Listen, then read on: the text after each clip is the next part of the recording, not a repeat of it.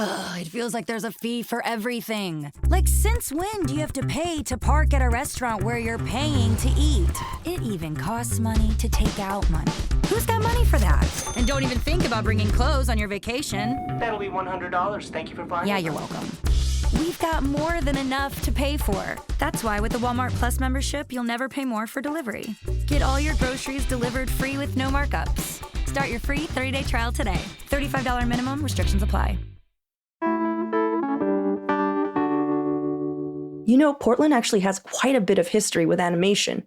From Will Vinton Studios winning an Oscar in 1975 for Best Animated Short, to Laika Studios' celebrated full-length animated features like Coraline and Paranorman. I mean, even Matt Groening is from Portland. So when the film Guillermo del Toro's Pinocchio won the Academy Award for Best Animated Feature this year, it was another huge validation for Portland's animation industry. Because production lasted through the pandemic, much of the work on that film was done not only at the Portland offices of animation studio Shadow Machine, but also in the backyards and homes and kitchen tables of our local fabricators and animators working on the film. And now a new exhibit at the Portland Art Museum highlights all the unconventional working conditions and artistry behind that film. Today on CityCast Portland, Shadow Machine co-founder Alex Bulkley is here to tell us more about this exhibit, what Guillermo likes to do when he's in Portland, and why our city continues to be the perfect place to make animation. It's Wednesday, June 14th. I'm Claudia Meza, and this is what Portland's talking about. What do you think it is about Portland that's made it such a hub for animation? You know, it is. There's a very, very rich history of animation in this city. And, you know, I think you can attribute it to a really strong artistic community and the rain. People like to work inside on animation. And when you have a talent pool like you have in Portland, it's not just animators, but it's directors, it's designers, it's board artists, technician. There's really a community of craftspeople that all collaborate into these amazing productions. It's unique, and you know, beyond that, it's just a beautiful city. Sort of weather aside, I actually love the weather, but it is really conducive to the amazing animation work that's happened. And you know, it goes back years from Will Vinton, through a lot of the Laika's amazing films. And, you know, I believe that it's just the beginning of what Portland will do in animation.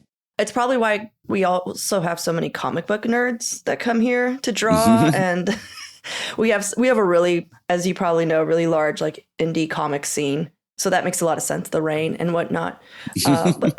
But your film's co-director, Mark Gustafson, he actually worked with Will Vinton, didn't he? Like in the California Raisins? He did.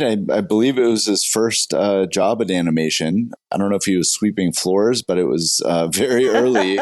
I've heard some stories. It's tough at that entry level, but, you know, I think with his great ambition to get into animation, you know, Will Vinton and that studio really provided the opportunity.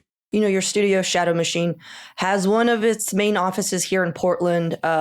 What can you do here instead of working in LA, like where so much of the entertainment industry is based? Like, why have an office here in Portland? Well, you know, there's a great advantage to be sort of outside of that commerce, that hustle and bustle of Hollywood. It allows a lot of the artists, storytellers to really focus on the craft, right? So you're sort of away from that, you know, the pressures of the Hollywood system, with great attention to the storytelling. So, you know, it's close enough that people still remain connected, but far enough away that it really feels like a clubhouse for each and every production. I could totally see that. And there's probably less distractions, you know? For sure. Well, let's talk about Pinocchio. Congratulations on your Oscar for Best Animated Feature, by the way. Thank you. Yeah, really exciting. your studio had hundreds of artists working for over 3 years to make this film, but I'm sure a big part of that style of animation you chose to use, stop motion, was why it took so long. Like, was that something Guillermo del Toro requested? Like, how did that decision come about? Because I know your studio isn't just doing stop animation. That's right. As a studio, we're really agnostic to the animation format, and often we approach projects with what is the best format of animation to back up the storytelling. Right. So when we first talked to Guillermo all the way back in 2012, we approached it the same way. We love to put these stories on screen. What is the best format to amplify the drama or bring out the best in the comedy or levity? Guillermo is pretty specific early on. This is really a story about a puppet, and what better way to tell a story about a puppet than using actual puppets? He wanted to lean into the cinematic virtues of what stop motion provides. These are, handcrafted props, sets. Everything is meticulously built over long periods of time to become sort of this magical execution of frame by frame photography, stop motion. So Guillermo, leaned into the craft in a way that used stop motion the best way possible. He's incredible. I mean, I think, he's a master filmmaker and has a very high bar of excellence. And his vision, his voice as a storyteller was really the wind in the sails for, what I'd consider the best assembled crew in stop motion in the world. He demands 100% all the time. And, this is the kind of crew that delivered. Did Guillermo actually come up to Portland and visit the studio here? Oh my gosh, he loves Portland, and he was up here a lot. And he definitely has his favorite spot. So if you bump into him out there, don't be surprised. He's a big fan of, the artistic community. He's going to be up here again soon, just as part of the Portland Art Museum launch. But, it was a strange production process in the sense that we had a pandemic roll through right in the middle of our production. It required us to rethink communication and sort of production logistics. And the silver lining was that we were able to build a system of communication to connect people remotely for some period of time. And so Guillermo is up here a lot. He had to be. It's a very sort of up close and personal production format. But he also is a very prolific filmmaker. So he is often bouncing all over the world, making things. So the good news was that, animation is kind of slow. He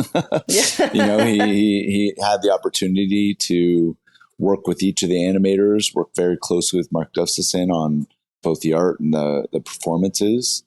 And wherever he was in the world, including in Portland, he was always right up on the front lines with us. What was one bar you guys went to? I'm just curious. Was it Ox? Ox was, and more of restaurants. He's not much of a bar guy. So gotcha. So he liked Ox. Oh yeah, Ox on MLK. Mm-hmm. Yeah, that's a good place. I think it's like Argentinian steak or something like that. He is a foodie for sure. Yeah. All right, let's take a quick break here. And when we come back, Alex is going to give us a preview of the new Pinocchio exhibit at the Portland Art Museum.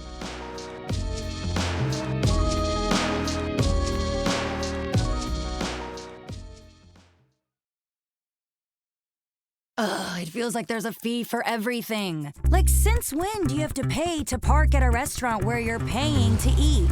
It even costs money to take out money. Who's got money for that? And don't even think about bringing clothes on your vacation. That'll be $100. Thank you for finding. Yeah, you're welcome. We've got more than enough to pay for. That's why with the Walmart Plus membership, you'll never pay more for delivery. Get all your groceries delivered free with no markups. Start your free 30-day trial today. $35 minimum, restrictions apply. You can do a lot just by sitting down. You can take a break, or a nap, or crack open a novel. That then becomes a nap. You can enjoy a park bench, or really not enjoy a park bench. Ugh, is that gum? You can do a lot of things by sitting down. Like start your next journey. The all-electric Volkswagen ID4 with intuitive sit to start. It's the little things. It's a VW. You mentioned the Portland Art Museum. The exhibit, Guillermo del Toro Crafting Pinocchio, is going to cover like thousands of square feet. Like, how did that happen? Tell me about that connection. You know, somewhere in the depths of our production, Don Urquhart from Portland Art Museum and I started talking, and we gave him a tour of the facility. And there was a moment where he saw, you know, something in this artistic endeavor, you know, that was, you know, that people would be excited by, not just on screen, but, you know, in an exhibit. You know, that led to conversations with the New York MoMA, Netflix, and this is, you know, sort of a collaboration between the New York MoMA, Netflix, and the Portland Art Museum. But it was really those early conversations with Don and Amy from the Portland Art Museum that inspired not just excellence within the crew, but for what these physical objects ended up being as art. It's just an incredible celebration of the skills and the passion from, you know, the entire crew here in Portland. Yeah. What sorts of details will people be able to see in person that they didn't see in the movie if they go to the exhibit? Well, what's incredible about this exhibit is it focuses so much on the artists. You know, if you think of every single puppet on screen, that puppet is a result of textures and colors, form and function, performance. There's so much that goes into not only the art objects themselves, but the performance and storytelling capability of those pieces of art. So they do a deep dive into how these characters, how these sets and environments, and how, you know, this world was built, you know, as a foundation from which to launch this story. It's incredible. And I, you know, having been a part of this the entire time, even I'm mesmerized. It's astonishing. Which is your favorite that is being exhibited? Like, yeah, if you're just like, well, this is Alex's pick. Oh, you know, there's this one particular shot of Volpe when he has Pinocchio up on a cross and is going to, you know, burn this puppet. And it is characters and a moment in the film that I just love. It was a breakthrough moment in the making of this film as we established, you know, what the skies look like, how the characters would perform. So many things came into this one single shot, and they have that in display, and it's beautiful. Can you talk about anything that the Portland office, the Shadow Machine, is working on? You know, I would love to. I feel like we've got a couple things in production. An amazing, I don't know how much I can talk about it, but an amazing new project from creator Mike Judge. That, oh my God! Sorry, I'm so excited. Yeah, I love Mike Judge. It's terribly exciting and amazing, and everyone's enjoying the process. Among other things, I think that are still to be announced. So a lot of what we do, unfortunately, is just under this veil of secrecy until things are released. But you're in for a treat. We got some good stuff cooking. I'm sure it's not, but I just really wish it were the 2.0 of King of the Hill, because I love that show so much. Yeah. That's going to be awesome. Yeah. Is that going to happen? I think it's happening. Yeah. I don't know all the details, but yeah, that's I'm so excited. I hope it's like Bobby as an adult and doing whatever it is that he's doing, whatever Bobby's doing. Last question is a little more philosophical, but we figured you might know. Why did Pinocchio want to be a real boy? Like, there only seems to be downsides. I guess being more flammable is a hazard, but like, why? You know, here's an interesting twist, and I think, you know, the reason this film had such a big impact is there wasn't so much a story arc of Pinocchio wanting to be a real boy. This was really a story of Geppetto trying to be a good father. In a lot of ways, Pinocchio never changed. Yeah. Pinocchio went, forward as he should, and it was really those around him that changed and became real people. It was something that Guillermo said early. It's like, in a time of fascist Italy, between World War I and World War II, the only one not acting like a puppet was the puppet. Yeah, man, you really turned that one on its head, Alex. So basically you're just like, for unconditional love. It's all about love, yeah. Isn't it always? Yeah. Well, thank you so much for making the time, Alex. It's been real fun. Thank you for having me. I appreciate it.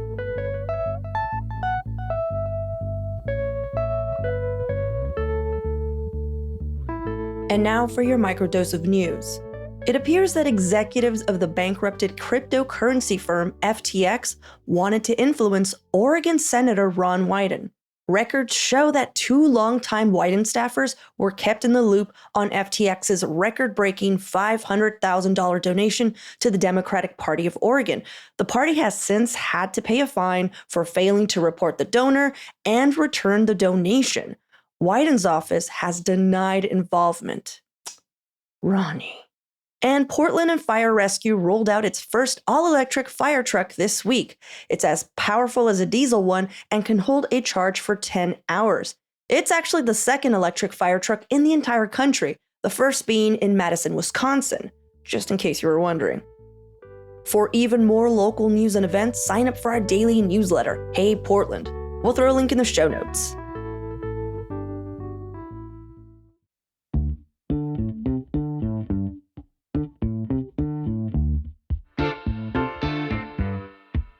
That's all for today here on CityCast Portland. Thank you so much for listening. We'll be back tomorrow morning with more from around the city.